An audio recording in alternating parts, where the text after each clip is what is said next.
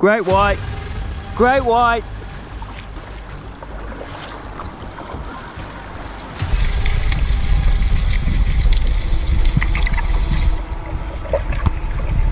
What are you doing? Go away.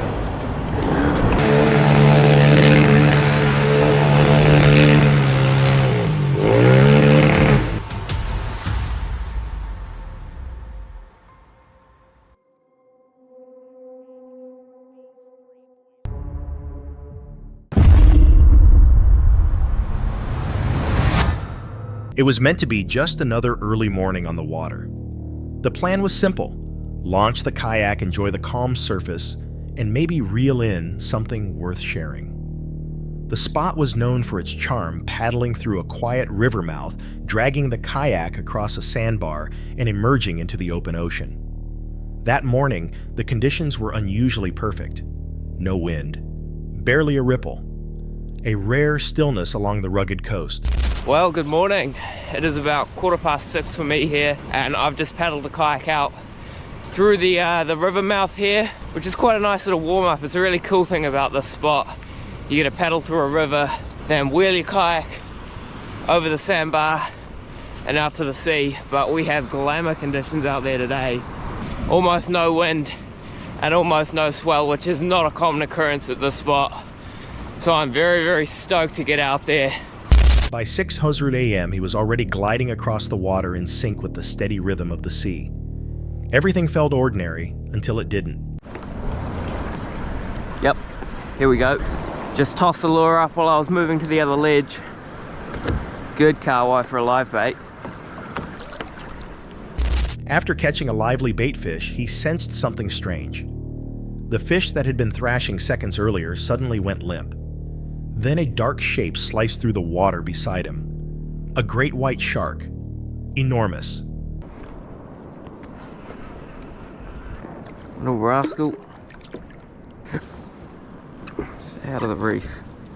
What the Great white. Great white. Silent. It glided past the kayak with eerie precision. At first he tried to remain calm, paddling as if nothing had happened. But the shark didn't leave. Oh mate, get out of the rudder. Holy shit. Fuck me, there's a huge great white behind me.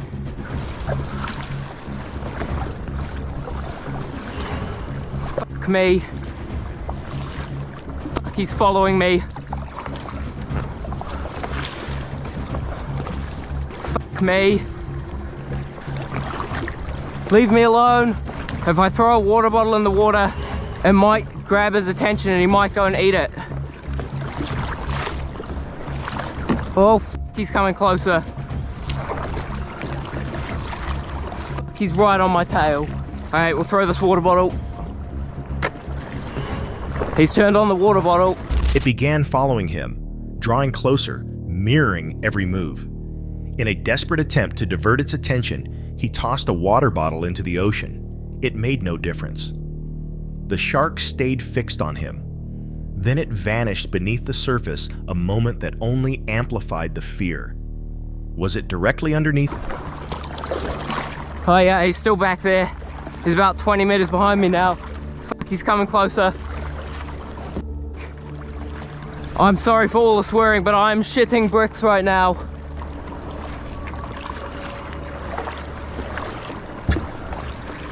Far out.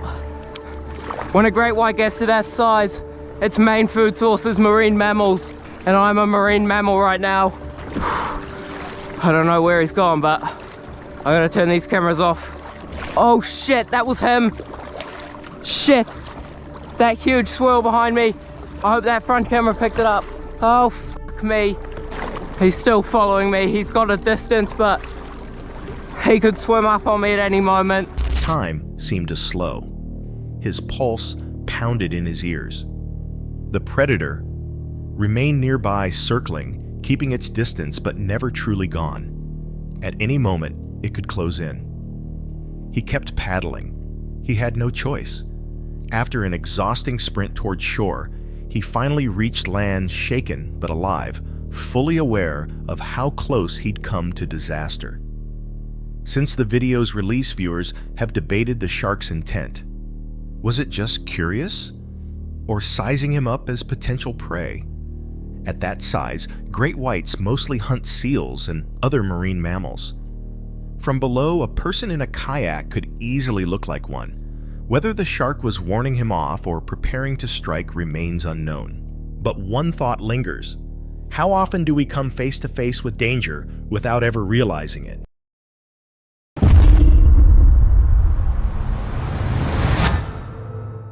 May 1st, 2025. In the icy waters off Russia's far eastern Primorsky Krai, a diver began what he expected to be a peaceful underwater trip. The footage was later posted on the personal YouTube channel of Edwin Sanchez de Jesus, a small, quirky corner of the platform known for lighthearted memes, short comedy clips, and the occasional showcase of nature's beauty. But this video was different. It wasn't funny.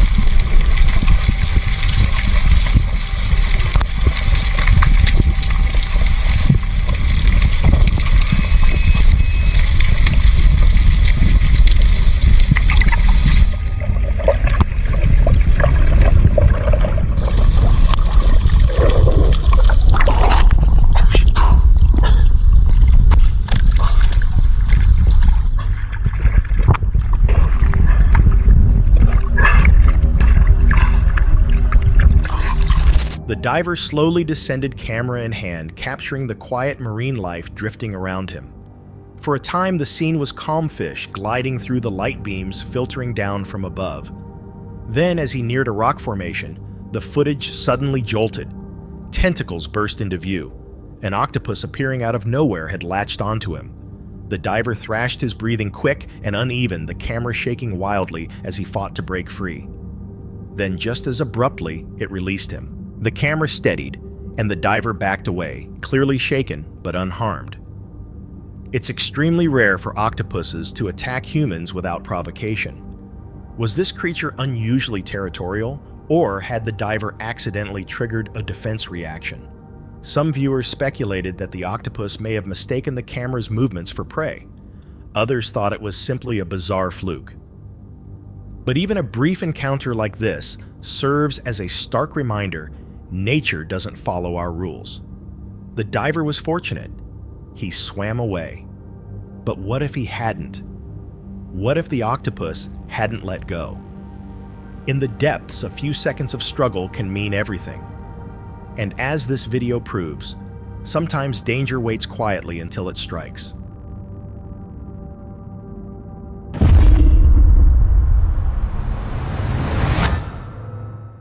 Joe had planned for nothing more than a calm day on the river, focused entirely on fishing. He drifted silently in his kayak, casting his line as the water shimmered around him. But what began as a tranquil outing quickly spiraled into a disturbing confrontation, one that would leave him questioning just how far some people will go when no one's there to stop them. While Joe fished alone, a nearby boat suddenly sped toward him. Without warning,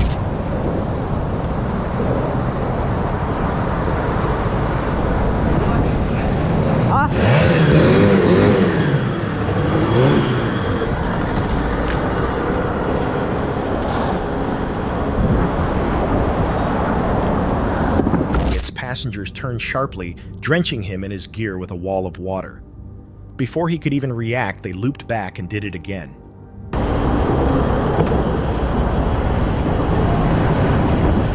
What are you doing? Go away!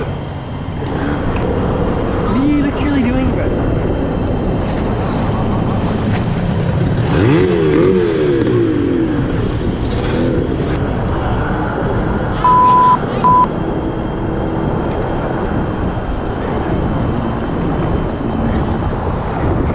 A man standing on shore yelled at them to stop, but the group simply took off downriver. Shaking off the encounter, Joe tried to keep fishing, though others along the riverbank warned him that this wasn't the first time the same group had stirred up trouble. He waited until they seemed to be gone before moving downstream, but the harassment wasn't over. Alright, we just got attacked, well not attacked, but yeah, kind of attacked by those bin chickens. We had to come up into this little creek because as soon as I go into that main river, they just see me and they just come rearing and try and like splash me with water and be absolute bin chickens. So I've had to come up the creek until they leave, which could be a while. So it looks like we're fishing here. Two boats soon came charging straight at him. Startled Joe veered into a narrow creek, hoping to avoid them, but they followed.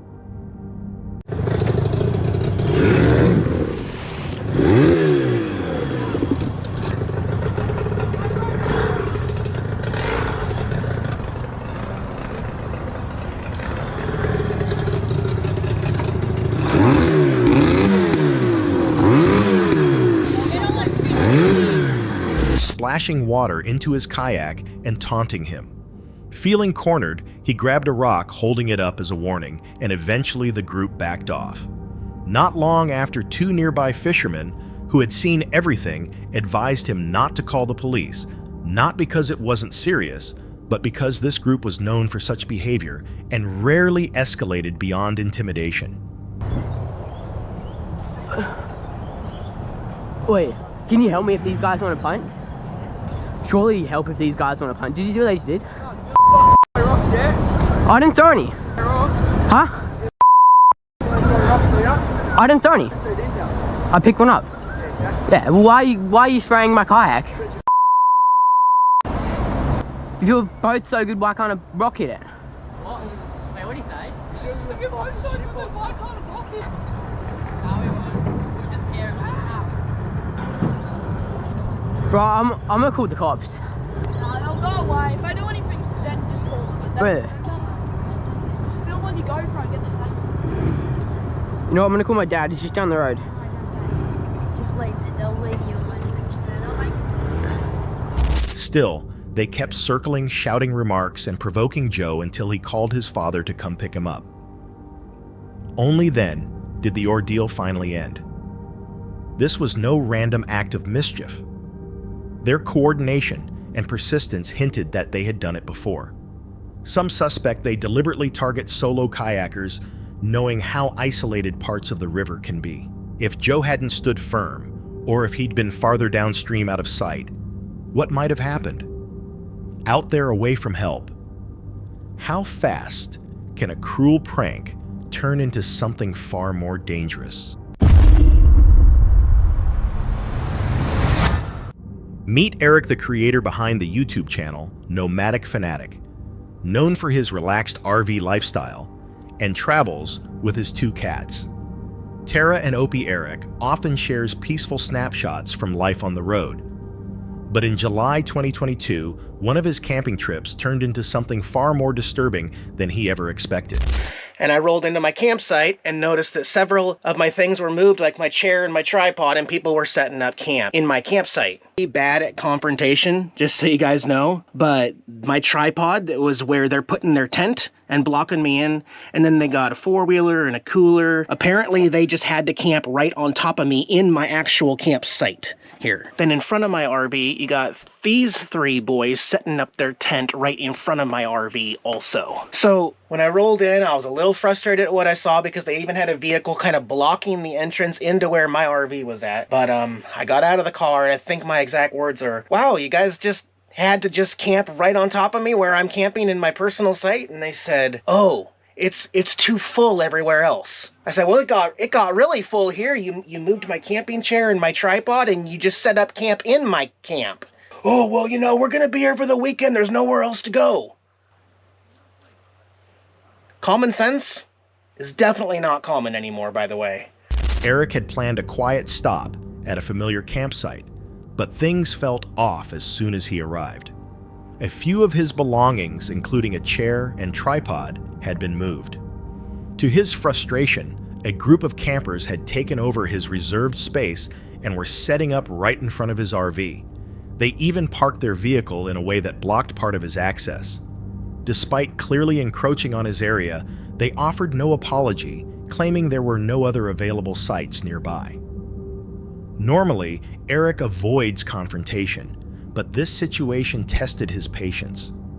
The noise, the disrespect, and the complete disregard for boundaries made it impossible to relax.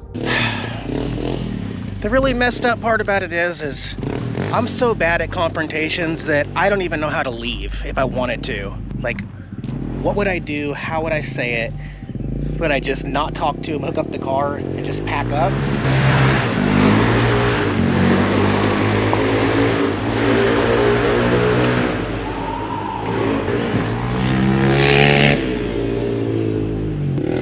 It's okay, OB.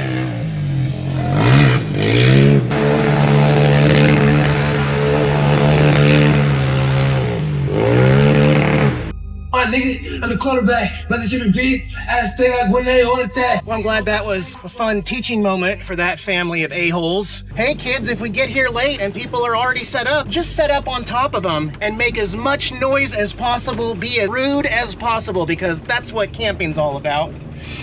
Rather than risk a heated exchange, he quietly decided to pack up and leave before dark, unsure how things might escalate if he stayed. That decision may have saved him. The next day, shocking news spread through the campground. One of the individuals who had taken over his site had been reported missing. Hours later, their body was discovered at the base of a nearby cliff. Authorities later confirmed the person had died from a fall and had not been wearing a helmet. Although the camper's behavior had been inconsiderate, no one could have predicted such a tragic ending. Eric had no involvement, but the event served as a chilling reminder of how quickly things can turn dangerous in the wilderness. It's unclear what led the person to the cliff's edge or what truly happened that night. Was it a reckless accident, intoxication, or something more mysterious? We may never know. But one thing remains certain. Eric's decision to leave early likely kept him out of something far worse. Have you ever dealt with aggressive or disrespectful campers? Would you have stayed and confronted the situation, or packed up and left like Eric did? Share your thoughts in the comments below. And remember, the wild isn't always as peaceful as it appears. Ugur Halaloglu is a YouTube channel admired for its calm, immersive camping adventures, often showcasing peaceful moments in nature, quiet dinners by the fire, and tranquil getaways shared with his wife Sezen. For over a decade, the couple has journeyed deep into remote wilderness, embracing the kind of serenity that most people overlook. But during one off-grid trip in 2024, their years of experience were suddenly put to the test. What started as another relaxing night beneath the stars soon turned into something far more unsettling.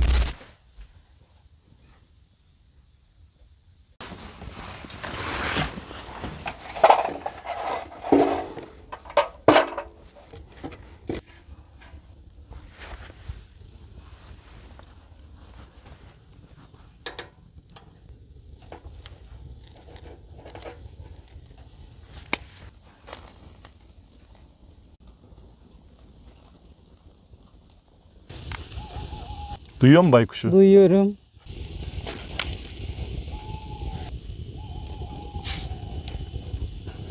They had discovered a secluded clearing far removed from any visible road or trail. With their off-road camper parked beneath an open sky and the faint outline of trees circling them, the setting felt perfect. As the sun dipped below the horizon, an easy stillness filled the air.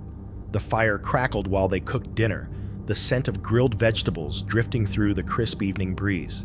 It was exactly the kind of night they loved most, slow, quiet, and undisturbed. Then, without any warning, Of. Acı biber. Sana mı denk geldi?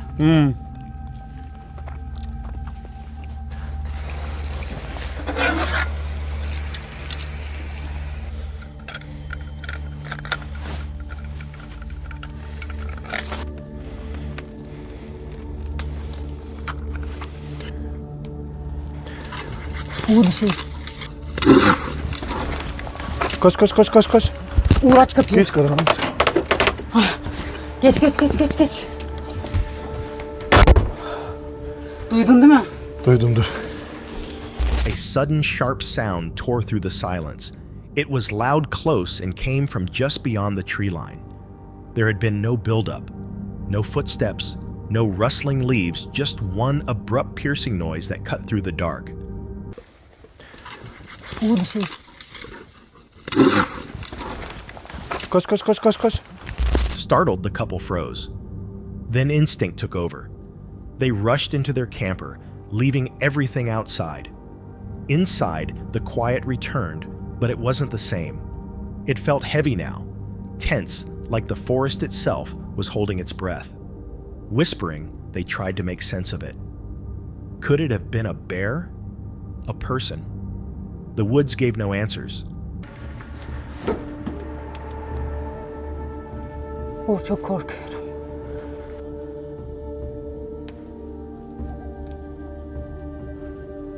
Kimsin?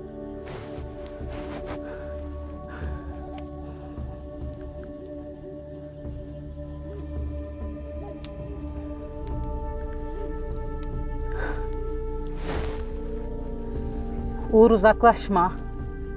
Ses ver. Uğur lütfen içeri gel. Tamam toplayayım şuraya da geleyim aşkım. Yaklaşıyor gibi Uğur. Yok aşkım be, kaçtı o. Neyse. Minutes crawled by, then hours. Nothing more followed. No additional sounds, no signs of movement. Whatever had been out there was gone or hiding just out of sight. Outside, the forest continued as if nothing had happened. Yet the mood had shifted entirely. The comfort they'd felt earlier was gone, replaced by unease and vigilance. They stayed locked inside until sunrise, whispering occasionally, their eyes fixed on the windows. Whatever had made that sound never came back, but the memory lingered. With no evidence, no tracks, and no follow-up noise, they could only speculate. Was it an animal startled by the fire, a lost traveler, or something else entirely? The suddenness of the sound, followed by complete silence, left them with more questions than answers. Some viewers who later watched the video believe it was a human presence, someone watching them from the woods. Others are convinced it was wildlife. But one thing remains clear. Seasoned campers like Uğur and Sezen don't react that strongly without real cause. What do you think happened that night? Have you ever heard a sudden, unexplained noise that made you wonder if you were truly alone? Share your thoughts below. And stay tuned, because in the next story, a sound from deep in the wilderness will defy all logic.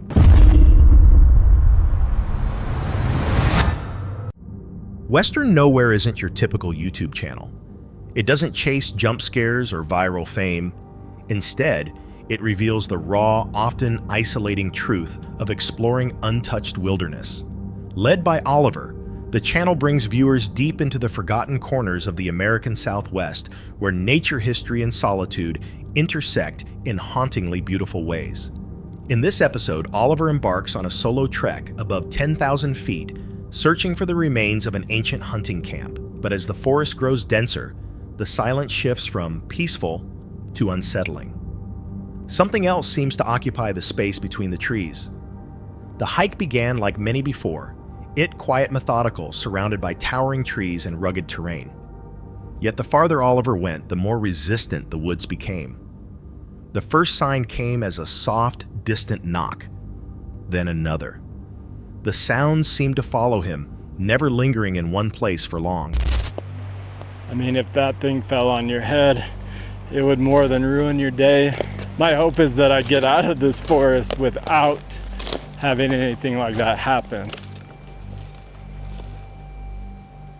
I don't know if you could hear that, but this forest seems to be crumbling all around me. More than half of the trees are dead, and I keep thinking I'm hearing knocking or like an axe, someone splitting wood.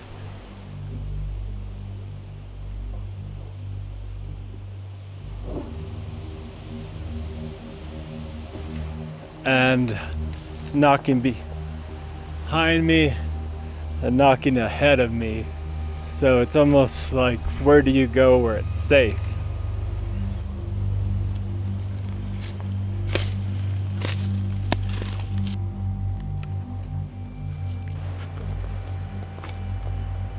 They echoed with the rhythm of someone chopping wood, sometimes ahead, sometimes behind. The path itself was demanding, littered with fallen branches and unstable ground. But the real weight pressing on him came from something unseen. The knocking continued, joined at times by a strange melodic wailing that drifted through the trees. The wind stirred the canopy, and the forest groaned as it always did. But there was an order to these noises too deliberate, too patterned to be random. They seemed to orbit him, always near.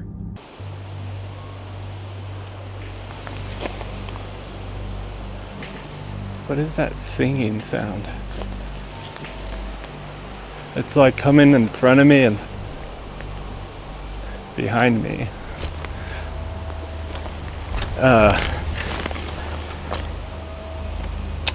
Is that the wind blowing through the trees? Oh, it's like 4 or 5 people wailing. Tell me you hear that. I hope my mic is picking that up.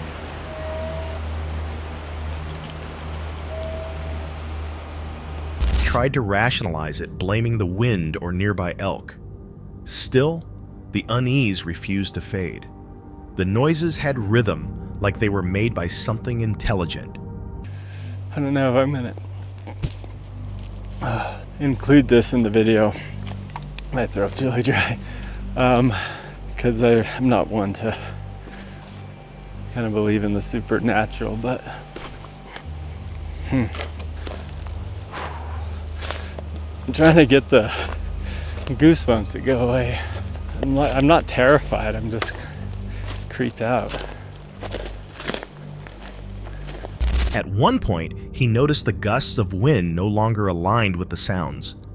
He wondered aloud if this was why people believed in creatures like Bigfoot, not because of what they saw, but because of what they couldn't explain. See, right there is a strong wind gust, and that's when it should coincide, but I didn't hear it. And I've sat through a few wind gusts, and I don't hear it anymore.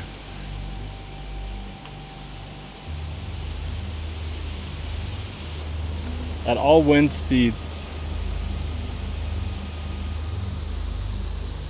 at all wind speeds, at all wind speeds. I don't know if the mic picked that up, but I could see why people believe in Bigfoot. There's some weird sounds out here. I don't believe it's Bigfoot. I'm just trying to get to the mystery of it as to why they all make the same sound. Despite his rising tension, the mission continued. He pressed on towards the ridge and finally reached his goal. Ancient stone foundations, rough walls, and markers left by those who once survived in this harsh land. The ruins whispered of a time when isolation meant safety and endurance mattered more than comfort. Near one of the rocky ledges, Oliver discovered signs of recent activity, animal skulls, and a crude snare proof that the forest was still alive in its own quiet, threatening way. But just as the exploration reached its emotional peak, it came to an abrupt end. His dog Max had brushed against poison oak, forcing them to retreat. Even so, Oliver had accomplished what he came for. He'd located the camp. But the questions that followed would echo long after the trail ended. The knocking, the wailing, the strange shifting of sound through the woods. Was it merely wind passing through hollow trunks? An unseen animal? Or something older? Something tied to the ruins hidden in the forest's depths? Many explorers believe the land itself holds memory, that certain places push back against human intrusion in ways we still can't explain. So what do you think? Was it wildlife weather, or something entirely different? Share your thoughts in the comments below. Because out here, what you hear can matter more than what you see. And with that, we turn to a very different account, one told by Roaming Reckless, where the forest doesn't whisper, it warns.